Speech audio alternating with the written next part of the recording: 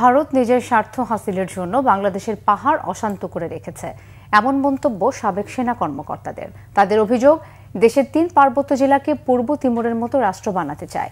পাহাড়ে সশস্ত্র গোষ্ঠীকে প্রতিহত করতে প্রত্যাহার করা সেনা ক্যাম্প পুনঃপ্রতিষ্ঠার পাশাপাশি স্থায়ী সেনানিবাস গড়ে তোলার তাগিদ দেন তারা। সকালে জাতীয় প্রেস ক্লাবে এক্স ফোর্সেস অ্যাসোসিয়েশনে আয়োজিত আলোচনায় অবসরপ্রাপ্ত ব্রিগেডিয়ার জেনারেল রুকনউদ্দিন বলেন, দেশকে অশান্ত করতে সন্তু লারমারা ভারতে গিয়ে বৈঠক করছে। রয়ের এজেন্টদের চিহ্নিত করে নির্মূল করতে সরকারের প্রতি আহ্বান জানান তিনি।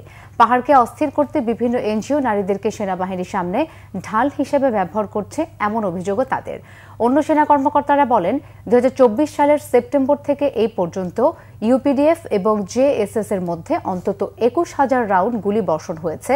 এত বিপুল পরিমাণ গোলাবারুদ তাদেরকে কে দেয় তা নিয়েও প্রশ্ন তোলেন আলোচকরা। অশান্ত পাহাড়ে ঘন ঘন বিদেশি প্রতিনিধিদের সফর সার্বভৌমত্বের জন্য হুমকি উল্লেখ করে বক্তারা বলেন, কেউ রাষ্ট্রবিরোধী কাজে অংশ নিলে সরকারকে কঠিন ব্যবস্থা নিতে হবে।